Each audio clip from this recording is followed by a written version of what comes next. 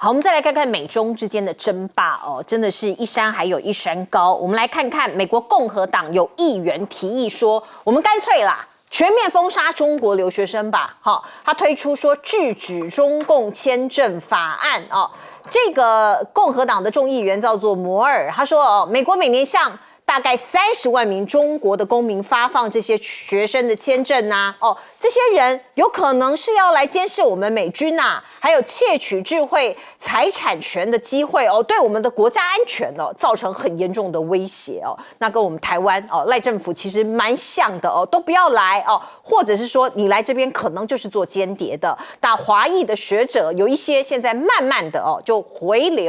回去中国大陆了哦，包括一些科学家，像是中国学者核物理学家刘畅等人，现在就纷纷的回到中国大陆去任教哦。那我们也可以看到，包括美中不是有贸易战吗？互相祭出高关税。中国其实已经宣布了，说要对大豆美国的大豆祭出高的这个报复性的关税。可是这个好像没有办法阻止这个美国的大豆船往中国运。你看到超过30艘美国的大豆船将运往中国，而且其中有一半因为你要行走在海上需要时间，会有一半将在北京对美国的农产品报复性关税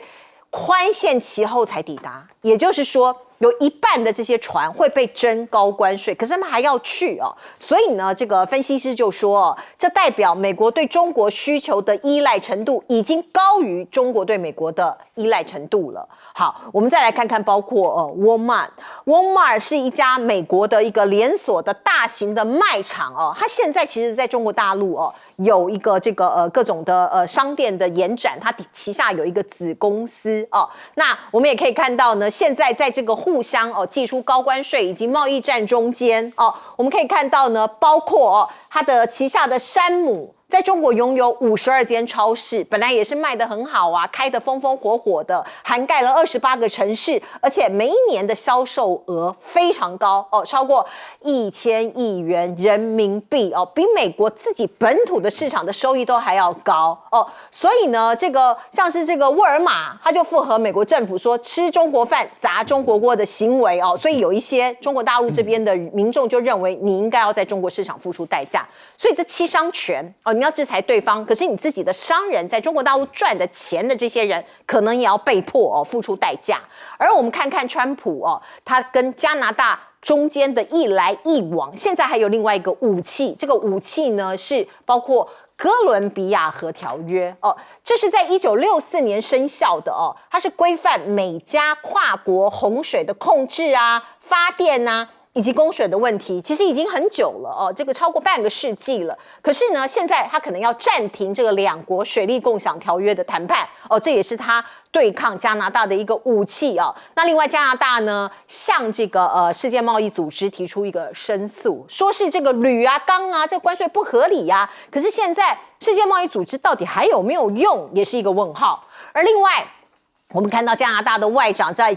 G7 的外长会前就说了美国怎么可以对我们这样下重手？我们跟他是这么好的兄弟啊，如果连我们这样的盟友他都能下手，谁还能够幸免这是来自于加拿大外长梅拉尼的一个说法，他觉得没有人是安全的，所以大家不要还有其他的幻想了。欧盟也是我们看到欧盟才刚刚宣布说要针对这个美国的 whisky 征收50%的关税川普就是立刻回应，他说如果你敢这样子做，我会对你法国的香槟还有欧盟的烈酒课200%的关税。反正随便他喊这个喊得越大声好像就赢现在这个世界回到了丛林法则了我们看到包括川普对盟友猛砍关税大刀，欧盟的官员说你这样子只会让中国在旁边偷笑这个是来自于欧盟外交事务高级代表卡拉斯的说法，他说这个对中国来说会是最大的好处你欧盟跟我们美国开战中国会得利呀。而另外美国商务部部长其实跟这个川普也是一鼻子出气，这个卢特尼克就说你看看英国跟墨西哥都没有跟我们针锋相对呀，所以他们这个升高没有把这个局势升高。那你加拿大还有你欧盟就不乖不听话对川普不尊重，所以才会有这么多的制裁的措施。而另外像是这个乱砍东砍西砍其实美股大的受伤了。我们看到道琼工业指数连续下挫，今天是下跌了537点。纳斯达克指数是跌了将近2%这样子的一个幅度所以其实像是特斯拉现在也觉得说，哇，我可能也要受伤了所以呢，这个我们看到 Elon Musk 说不会无意中损害美国企业必须要确保川普政府解决贸易问题的努力，不要在这个不小心的战火炮火中让美国的企业损伤可是现在看起来有一点点来不及了。包括航空界的大佬就说你的这个关税这么高，以后没有人要买我们波音的飞机了，包括一架787的飞机，它的价格就要上涨4000万美元。这个美国的企业界其实现在很紧张透过各种管道想要传递他们的焦虑。白宫的热线说是被这些人给打爆了，很多人透过管道去传达他们的焦虑。来请教赖老师。美国的国会议员有一些人有偏执狂了他们有种族族群的这种歧视的行为这些偏执狂的人的讲话对我们的海外的侨胞并不公平也不利你在美国，你很难去区别说这个人是来自于大陆还是来自于台湾，你很难区别他来自于中国还是来自于日本、韩国，你也很难区别。更何况美国比较好的大学了不起就是50几所，其他的大学就是一般而已。50几所大学比较好，那其他一般的情形下，维持这些大学能够活下去，其实大陆的留学生贡献很大。30万的留学生让这些一般的大学还能够活下去如果你一旦都停止他们来的时候，那些一般的大学基本上就很难活下去了。我想美国的大学会跟台湾一样，慢慢的走向倒闭潮就会有很多的大学都要倒闭，它根本经营不下去。然后那些顶尖的大学如果没有中国大陆的这些顶尖的留学生去的话，那些顶尖的大学也很难再维持领先或者顶尖的这个地步。为什么？因为我们自己在海外读书我们都清楚知道其实我们的老师也需要我们不是我们也需要我们的老师，可是老师也需要我们好的学生因为尤其是越顶尖的大学，对，他越需要这些顶尖的硕博士生，因为我们是可以帮老师做很多老师没有时间做，或者是我们可以想出很多老师原本不见得想得到的东西。我们跟老师学，老师也会从我们的研究中发现，原来这个东西还可以这样看这是一个教学相长嘛。那你一旦都断了以后我敢保证，美国的大学的这种领先性很快的就会往下降落。第一个是经费的问题，第二个没有这么优秀的学生的时候美国的顶尖大学很难维持在顶尖的地步。然后倒闭潮也一定会发生，然后造成很多高等教育的这些老师他们要失业，也会给美国社会带来很大的问题。这代表什么？这位参议员或者是众议员他们的无知，他们的无视。还好这个美国的国会议员讲的是一回事，行政部门要做的又是另外一回事，这一点我们看还有一些平衡。不过我觉得由于美国的社会对于这些华裔的或是对亚裔人士的这种不公平的不健康的一个态度，就造成了这些顶尖大学的这些顶级的学者纷纷的离开美国，回到这个中国大陆来服务。我觉得这个对于美国来讲也是一个很大的损失沃尔玛的这样的一个歧视性的行为中国大陆的商务部很快的就发动了也就是很快的就反应了，而且很快的就做动作了。这个约谈是非常小可约谈就是直接告诉你我已经知道这件事了，因为大陆的法律规定，如果他们的企业受到歧视性的行为的待遇的时候，有义务要向他们的商务部来回报，让商务部能够第一时间掌握所有的讯息，维护他们的商家的合法的权益。所以大陆的商务部马上约谈沃尔玛，其实会有2个作用。第一个就是沃尔玛在中国大陆的生意还能不能做下去就是要看沃尔玛自己的态度了。第二个就是沃尔玛的生意在美国还能不能做下去，也要看沃尔玛的态度了。为什么？沃尔玛在美国的商品60%是来自于中国大陆。一旦沃尔玛被列为不可靠实体清单的时候，大陆所有的厂家纺织啦，所有的家电都不会跟沃尔玛有合作的话，你的商品绝对会空。40%的商品你根本在美国你也卖不动，更不用讲你在大陆了。是，来请教董哥。其实我们可以看到美国当然个别议员有这些的讲法那台湾的媒体喜欢拿来做文章哪一个议员又讲了什么什么，那就很简单嘛。你要像我们立法院113席，任何一个国会议员讲了什么东西，会有人去大做文章吗？少之又少吧。那这个就是一个题材啊。30万的中国大陆的留学生，有多少人被美国吸收为 CIA 的密探啊？不要讲中国大陆，台湾有多少？现在已经在立法院横行无阻了，对不对？大家看到美国就收买你这些留学生，他现在讲说，他们会来窃取资料，我相信也有，但是两方面都有啊。美国后的利用他们把那些来美国留学的学生吸收多少，在各国里面安插他们自己的人马，谁不知道啊？好，那讲这个有时候你看起来，为什么呢？因为川普现在很多政策整个世界都改变了，这改变是好是坏，其实后果难料，但是以现在的方向来讲，好像没有很好啊。川普他先从国内动手，多少公务人员被他裁了？今天联邦法院今天宣布，这些人统统回任，你没有法令依据啊。美国司法部说我们会上诉那官司继续打嘛。大家可以看到，因为我们很少看到川普把自己搞得像皇帝我不必去理会那些法律，那我想做什么就做什么。所以今天可以看到，关税随他讲，要抵制谁随他讲，要找谁谈或要俄乌战争停，好像都可以由他来操控，不一定因为过去美国有很多盟友，现在美国的盟友没有一个相信他。过去对美国最忠心的是加拿大，五眼联盟跟他领土交界。美国告诉加拿大，有一个叫孟晚舟的人，她是华为的小公主，她会过境你们那里，把她抓起来。她有没有犯法？没有。她有没有被通缉？没有。她有没有什么前科？也没有。加拿大就去抓，把孟晚舟把她限制居住3年，什么都没有。加拿大是一个国家吗？有法律吗？没有。他是美国的小弟，对美国言听计从，美国叫他去干嘛他就去干嘛。他现在的下场是如何？川普本来就很讨厌杜鲁道，他认为他是双面人。好，那杜鲁道在川普当选说要课征高关税，跑去川普的家里找他2次，说好收歹，川普照样课，他才不管你现在已经没有什么敌人或那个，只要没有给美国好处的都叫做敌人。现在川普的定义是这样，所以欧盟不要在那边哀哀叫嘛。当初欧盟为什么会成立？欧盟成立本来就是要对美国这个经济体全世界最大经济体是美国，欧洲这些国家不联合起来打不过他，对不对？东南亚协约联盟不联合起来打不过他，大家团结起来，还有不是要跟他一搏，而是我们对自己很多关税，大家可以免关税，那大家可以互利嘛。那现在欧盟被川普抓起来打了半天，那今天看到了欧盟还要用抗中牌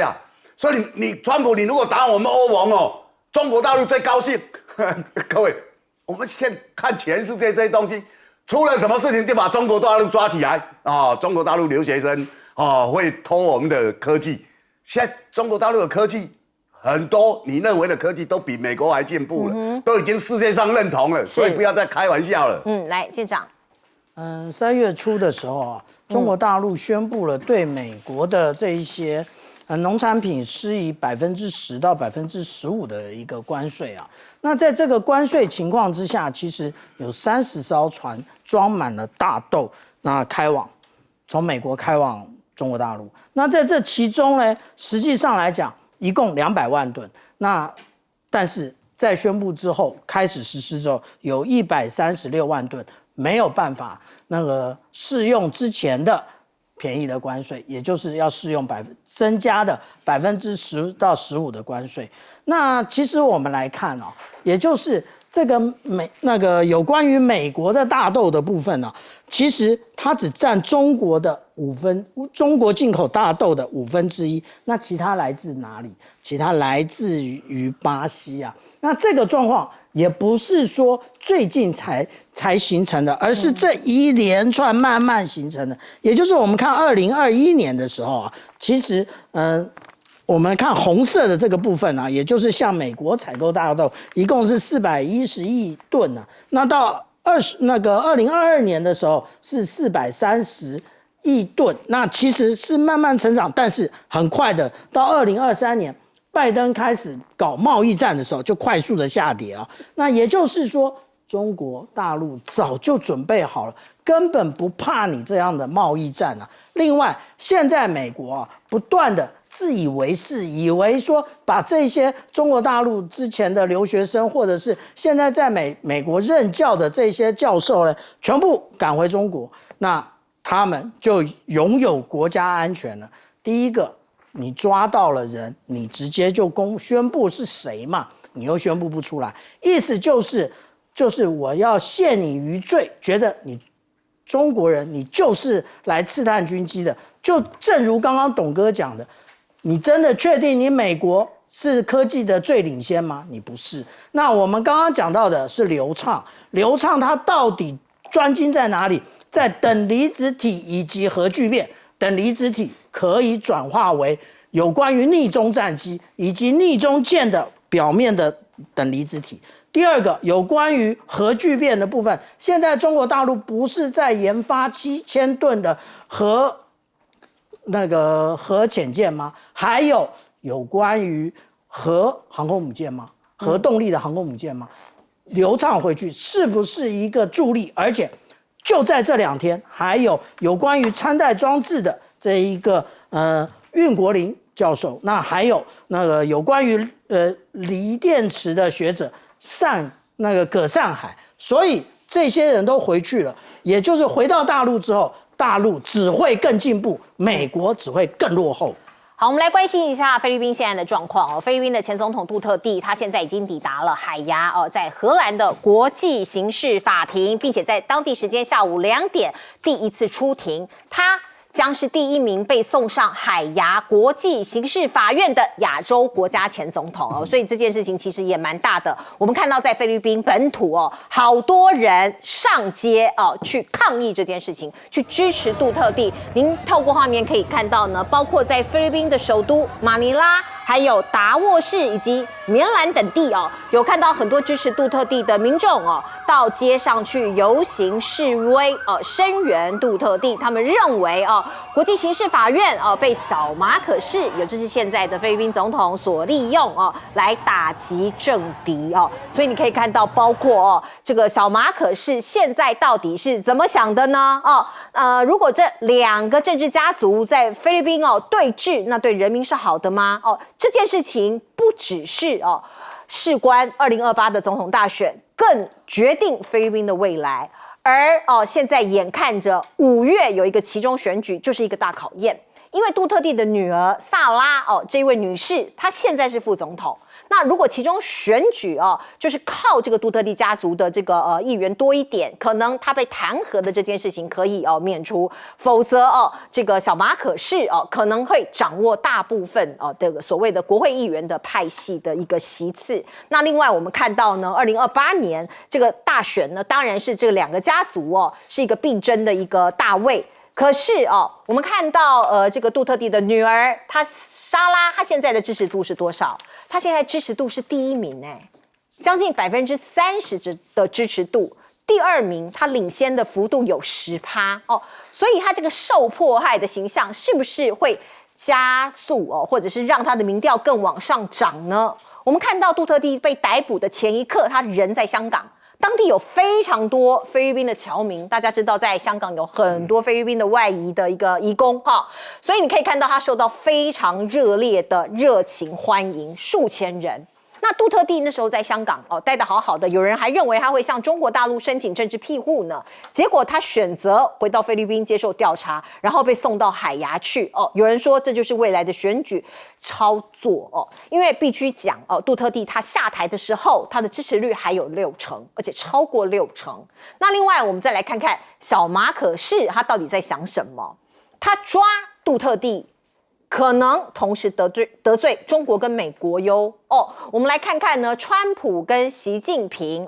过去呢曾经联手反对国际刑事法院中国曾经严厉批评说逮捕杜特地是政治暗杀。而川普之前对于 ICC 这个法院说，你们要谨慎你们避免政治暗杀所以我们再看看杜特地，其实他私交他不管是个人或者他在领导的菲律宾，那个时候跟中国大陆都很好。他曾经跟一名中国大陆的商人说，如果你们愿意的话，不妨就把菲律宾当作中国的一个省。那2017年的时候，他第一次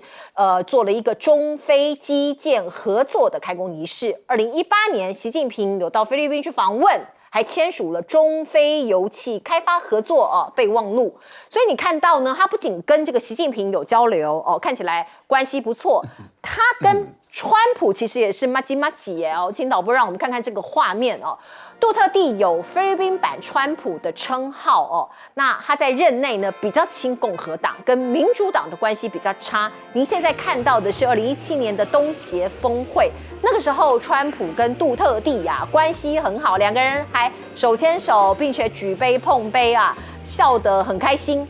那川普也曾经打电话赞美杜特地打击非法毒品做得太棒了。所以很吊诡也很讽刺的是，杜特地这一次被这个 ICC 所逮捕的理由就是他在扫毒的过程中打死了太多人。那另外我们看看菲律宾在小马可仕的领导之下，现在有碰轰吗？说是自己讲有3舰在黄岩岛附近开炮，可是实际你去看它它的位置它的演习的位置距离黄岩岛有425公里，其实根本就在自家门口。而另外还有一个这个所谓的坐滩的那个军舰大家记得不是那个时候还有很多的这个纠纷吗？还有擦枪走火吗？最近突然浓烟滚滚那菲律宾就说这个是他们在做消防演习，可是实际去看被踢爆疑似是在烧垃圾所以可能是在碰轰啦。来请教赖老师。我们台湾的我们的观众朋友您如果再想一下杜特地上台之前的菲律宾的情况，你还记不记得那个广大兴号，我们台湾的船长被杀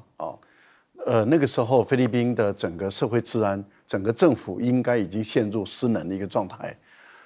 警察白天是警察，晚上是盗匪，所以台湾很多的观光客或者很多的商人在菲律宾被绑架、被勒索。我们很多的船被扣在菲律宾的港口里面，等着我们去付赎金把他们带回来。而我们的渔船是根据我们的法律的规定来捕鱼的，而菲律宾的海警是违法的把我们的渔船带走，所以那个时候引起我们台湾很大的民愤。那我们南部的渔民也很痛苦。后来广大兴的船长他认为说，你不能够我合法的捕鱼，你怎么可以这样对我？然后不愿意被他拘留的时候，他们就拿枪扫射，把我们的船长打死。那是引起台湾民众很强烈的愤怒跟反感。这是除了警察整个失能、社会秩序治安不好，还有一个最严重的地方就是整个毒品泛滥到学校里面，到小学到中学。菲律宾人痛苦的不得了，一点办法都没有，整个政府失能。杜特地上来了以后，铁腕的镇压，一方面提高警察的待遇，二方面整肃贪污的警察，三方面对于毒枭毒贩那么毫不留情。这样的一个情形下的是，你看杜特地的6年的执政，他下来的时候，他的民望支持度88%，这史上最高。也就是说，绝大部分的不管哪一个政党。不管南部、北部，几乎绝大部分的菲律宾人都肯定杜特地对菲律宾的贡献，不但把社会治安搞起来了，把经济状况弄好了，把基础建设都在兴建中。是，所以整个菲律宾人对杜特地是支持的，是怀念的。但是，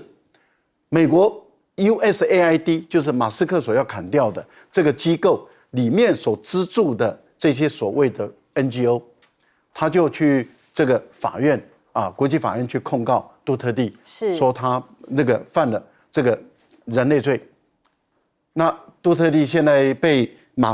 小马斯克他这样子非法的，因为他是非法的把他移送到这个刑事法院。刑事法院的现在对杜特地的审判，等于是对着整个菲律宾绝大部分的选民在对着干。你想想看，这个刑事法院如果今天违背整个菲律宾人的民意这样对着干的时候，他在国际之间的公信力会堕落到什么程度？是这个国际刑事法院变成是一个罪犯的法院，这才是最严重的事情。所以我们也密切观察5月的期中选举菲律宾会怎么样走。我们进一下广告。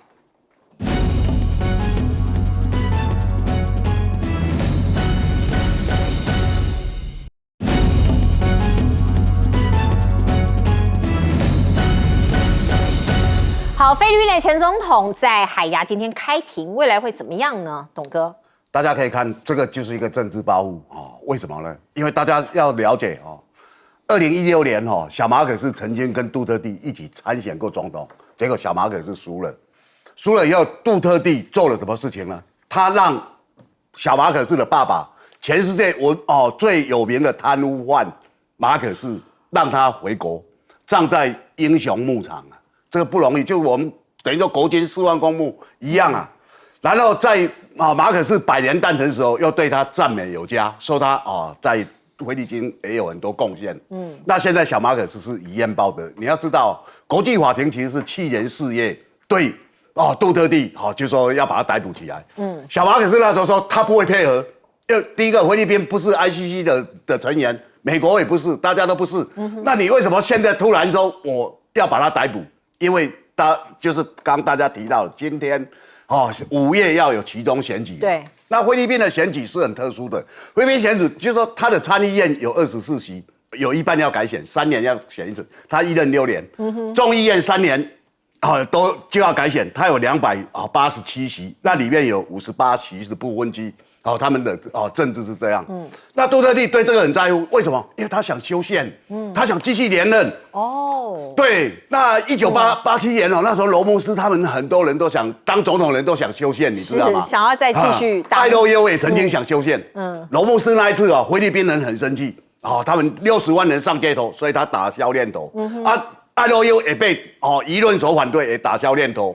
那结果呢？现在小马可是就是要这样干，为什么？给各位看一个，这是菲律宾总统跟副总统是各自的选票是，那他不是说我们一起的选票，像蔡英文后赖清德这样，不是，这是这一次选举，小马可是得了3163万票，是得了58.77%，不得了快60%可是莎拉就是杜特地的女儿得了比他还高。3220万票，他得了61.53%，所以你就知道，本来这一次是莎拉要选那就是他们几个家族大家合作说先给你当，没想到现在小马可是恩将仇报，所以变成菲律宾民众积怨就觉得说，杜特地那时候让整个社会上有秩序我们过去很乱，毒贩很多，菲律宾变成毒贩天堂，那今天有一个做事的人，你今天既然这样恩将仇报把他出卖。所以小马可是他绰号叫邦邦他这时候被很多人唾弃，那这次选举对他未必有好处。是我们进一下广告。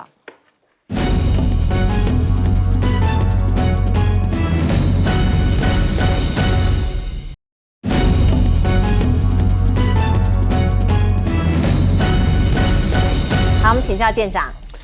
有关于菲律宾他其实他就碰风说他在黄岩岛附近进行这个实弹射击那问题是，它距离这么远距离黄岩岛的距离这么远，而且它距离这么远，是不是等于他已经默认了黄岩岛对于中国对于黄岩岛的主权部分呢？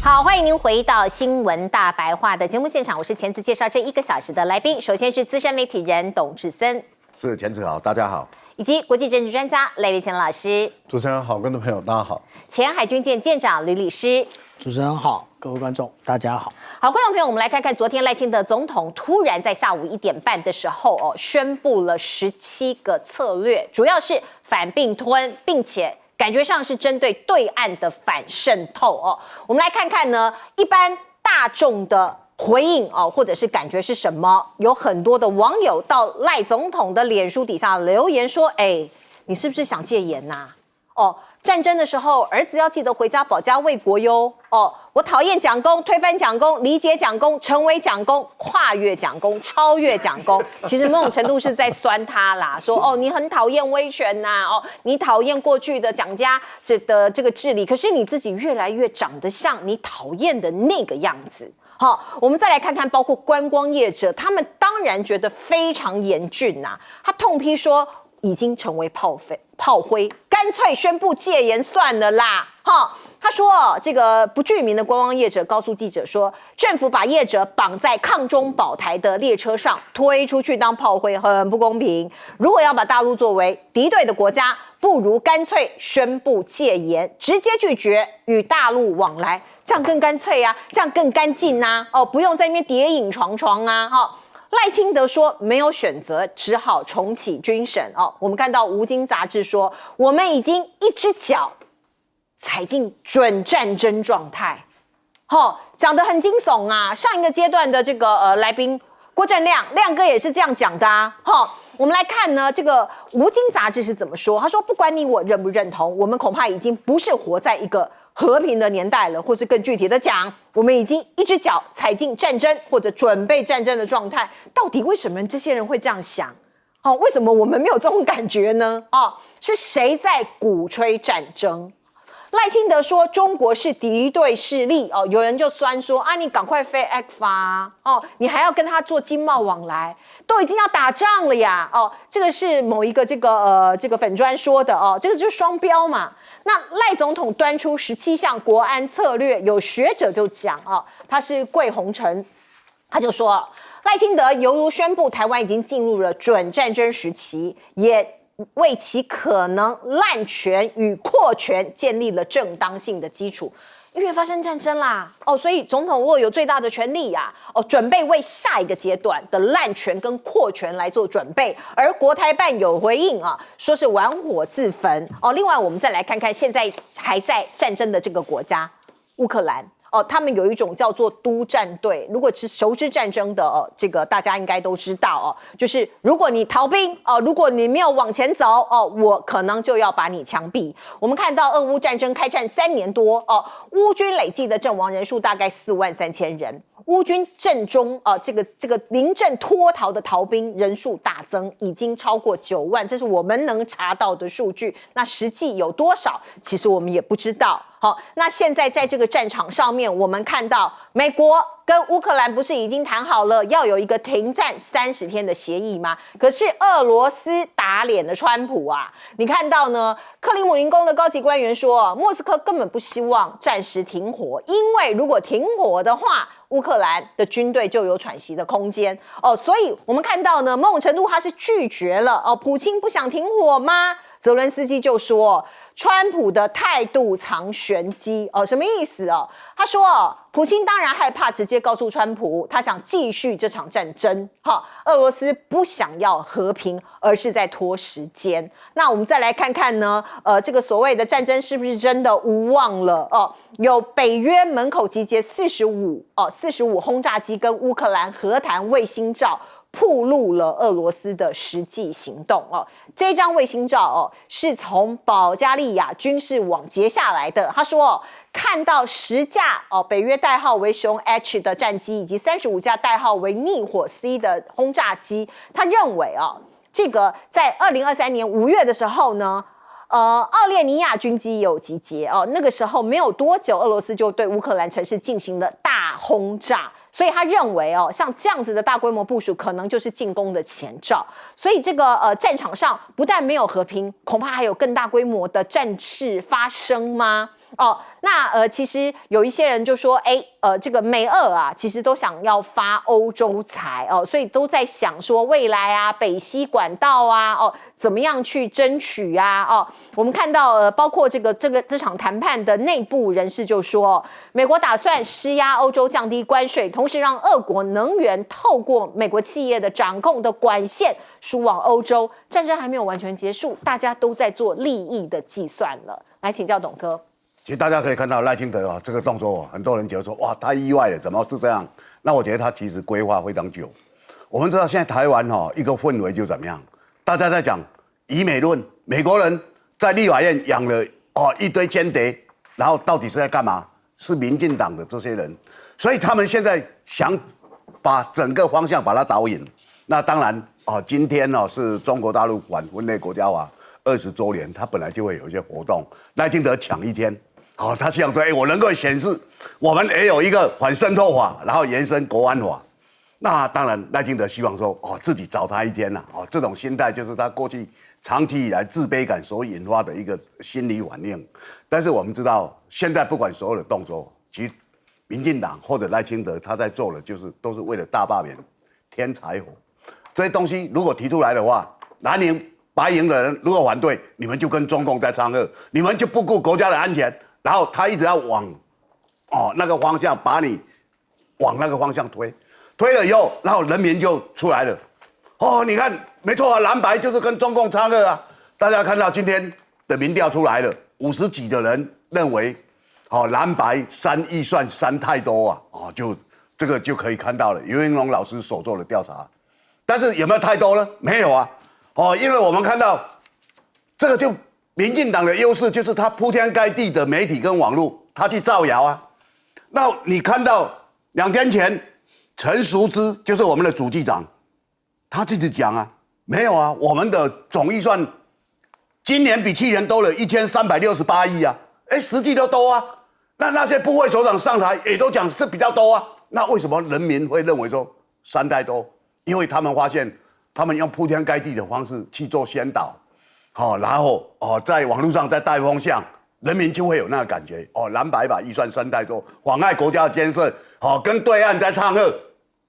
那这个对他们的大罢免就是很有利的柴火。所以现在所有这些动作，赖清德就丢出来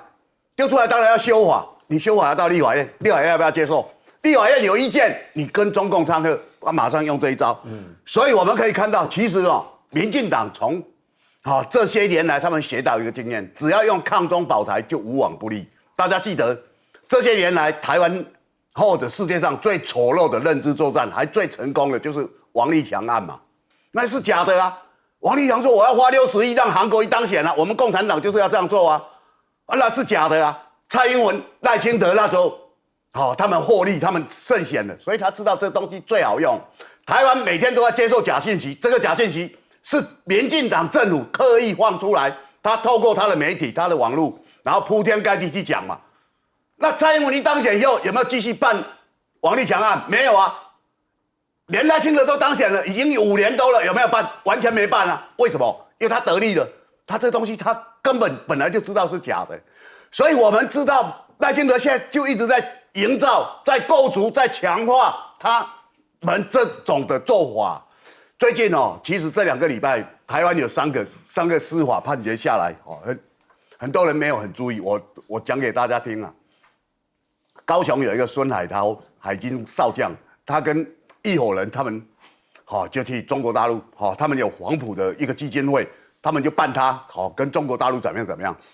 ，2审判无罪，下来几乎就是无罪了，对不对？你每天，因为他要去经营我们的退将，我们退伍军人都去。被中国大陆给收买，没有法院判无罪啊。另外一个，台北的这边办的这个是中华妇女联合会何建华说他陆配跟对岸听对岸的指示拿对岸的钱，后来办了半天，2审也是无罪。大家可以看到了吧？2审无罪，几乎3审就没有什么好审查了。可以看到，那前2天有一个高雄有一个案子叫周满之的案子。这个案子也是说，他接受沈西的统战部门在台湾搞一些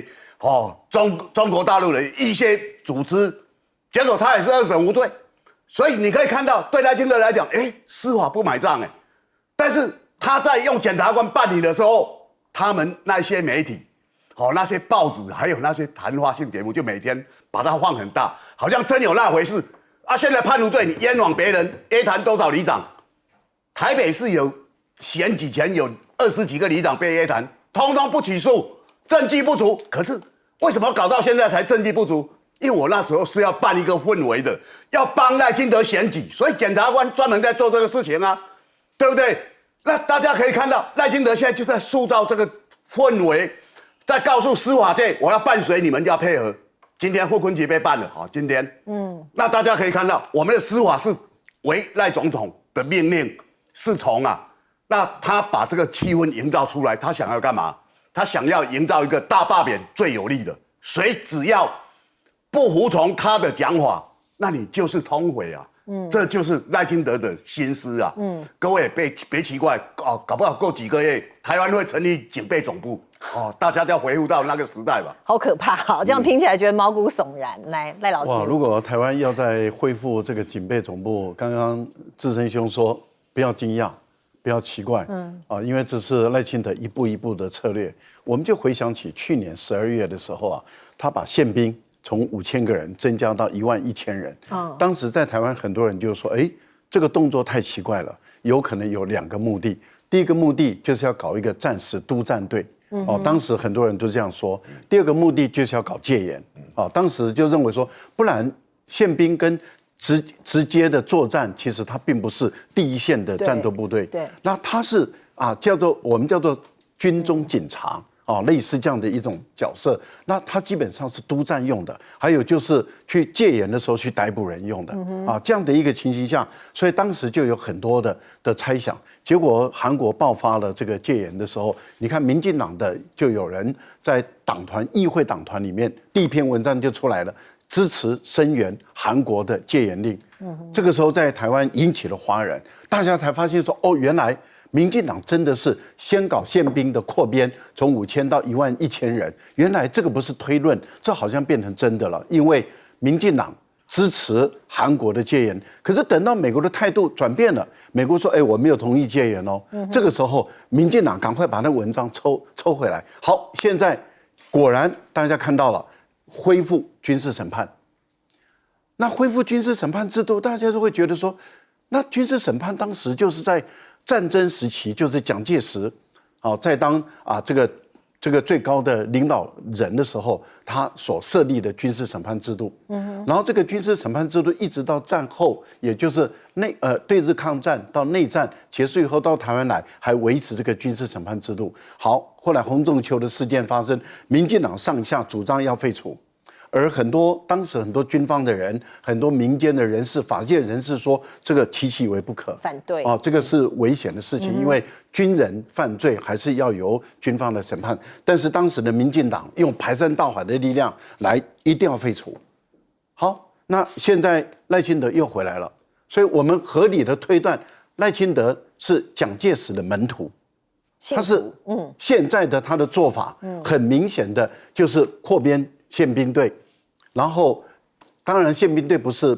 赖清德扩编的，是蔡英文扩编的，但是还是民进党啊，所以民进党先扩编宪兵队，然后再声援这个韩国的戒严，然后现在果然把军事审判制度想要恢复了，那要不要重新修法呀？刚刚志成兄讲的，你废除的时候根据法律，你现在恢复的时候也应该根据法律啊，你不能根据行政命令啊。不能根据国安会的决议，你还是要根据修法。好，你要在修法的时候，你就要开始栽赃抹黑那些反对分裂的、反对恢复的人。好，那问题就在于，当时主张废除的是你民进党，现在主张恢复的也是你民进党，所以你民进党就是每天打自己的脸，打自己的脸还毫无羞耻感这个糟糕了。也就是说，如果我们的台湾的政治发展到政党的人士跟政府的执政人士，今天打昨天的脸，昨天打前天的脸，而都不以为羞耻，也不以为意的话，然后在那边巧言令色，那我们真的按照孔老夫子所讲的，这种人就是先夷人啊，难夷哉啊！就是说，这种人已经是寡廉鲜耻啊，寡廉鲜耻到这种地步的话，那就禽兽都不如了。我们都知道禽兽都有反哺之心啊，但是连禽兽都不如的时候，这种人就绝对是连反哺之心都没有，那也就是真正的寡廉鲜耻到极致。哇，那我们真的是台湾的政治发展到这个地步，真的是令人恐惧啊！那问题就在于他会不会干下去？如果哪一天就宣布成立警备总部，哎，还真的大家就不意外了。原来他是一步一步在走来，所以很明显的，赖清德，你赶快把蒋公的铜像再恢复，旁边放你一个小铜像，哦，因为你是蒋介石的真正的门徒，你就在旁边放一个小铜像，然后拉着他的那个裤脚，说我是追随你的，因为你要怎么干，我都跟着你怎么干。我要恢复军事审判，我迟早也会恢复这个戒严，恢复，我也会搞一个警备总部出来。我们都说它是双标，可是他们的说法是说时空环境不同，现在跟以前已经不一样了。这句话可见泽伦斯基他没有学到，不然他也可以说时空环境不同。那也就是说，他当初说一心一意要加入北约，现在眼看加入不了，他就说欧洲派部队。那欧洲其实愿意派部队的国家，虽然大家都说愿意可是真要派的时候，没有人要派。现在普丁他说他原则上同意停火然后而且呢，他觉得这个本身是正确的 ，but 他讲了一个但是，这个但是后面才是重要的地方嘛。他说有很多问题需要讨论，什么问题呢？他明明在库斯克打了大胜仗，我们来看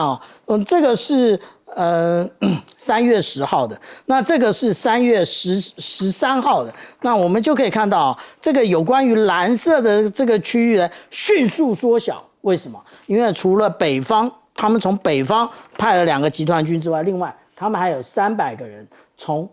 那个天然气管冒出来，那前面300个人，后面还有500个人，不断的加码，然后那这800个人呢，直接的到了乌克兰的指